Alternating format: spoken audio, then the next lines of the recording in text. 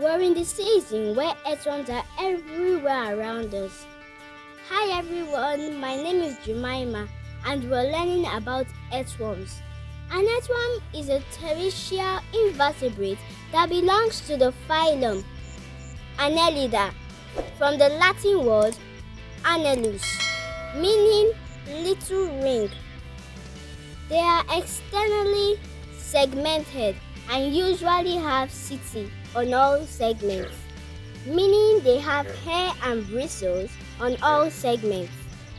They don't have eyes, but they can sense light and vibration.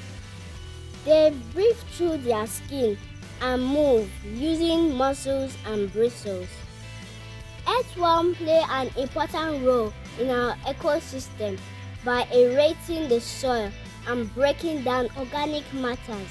In other words, they eat leaves and things that fall on the ground.